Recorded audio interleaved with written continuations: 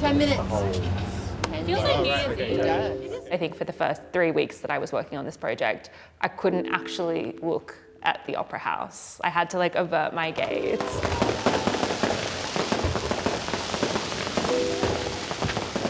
And I still think I haven't quite registered that it's actually going to be on the sales of the opera house. It really is the kind of focal point of the city, so that's insanely exciting and such a privilege and also terrifying.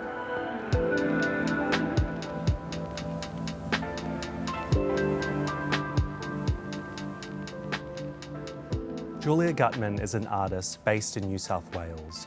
She's had an incredibly meteoric rise in the art world, having won the Archibald Prize last year, and the youngest artist in 85 years to do so. Each Julia Gutman artworks begins with textiles donated to her from her friends and family. And from that, she takes them, she rips, she sews, she re-sews, she appliques and embroiders them into a unique universe. Everyone sees it during their journey throughout the vivid evening, and that's why it's so special to us. I've been making work with donated textiles since 2019.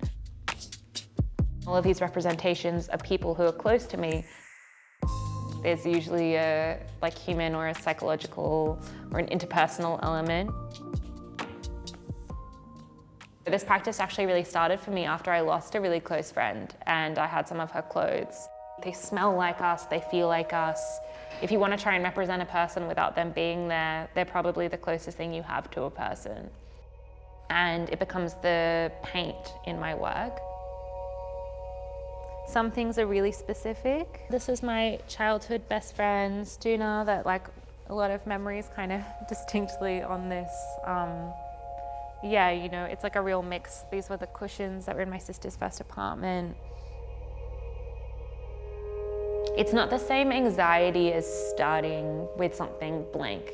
You're always starting with a story or with a history or with kind of a person in mind. So there's just this intimacy from the beginning. Julia's works are so cinematic in the way that they present themselves. The pleasure about the lighting of the sails is that it's a commission which allows the artist to fully extend themselves and create a vision that is wholly theirs. So it's the same movement, just it's been made more subtle because it's less graphic. Yes. It's a narrative animation, which I'm not sure has ever really been done for Vivid before. So cool. It's pretty rare. That's very trippy. Yeah, that's super tricky. Christian is the lead animator working on this project. The kind of original impetus for the story was the story of Narcissus, kind of getting lost in his reflection.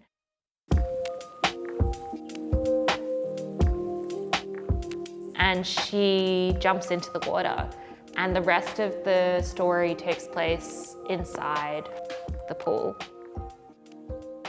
The protagonist is essentially built out of very high-res images of one figure that I've made. Christian, in his very brilliant way, has essentially turned her into a digital puppet that can be manipulated through motion capture of a dancer. So even though the process itself is incredibly high-tech, it's really trying to achieve this very kind of lo-fi, stop-motion-y, handmade feeling. So for every scene, I've physically made a swatch with fabrics from the studio in color palettes that kind of speak to the scene as we've written it or imagined it. Kind of over here, but it looks beautiful. Yeah, yeah. And then this moment where they meet.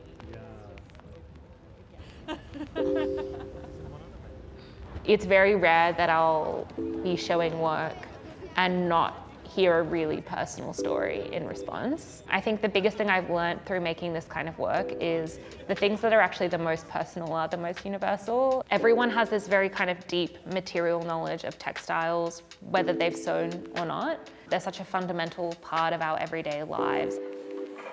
It never crossed my mind that in my lifetime I would be asked to do something like this. Now that it's happening, I'm so elated.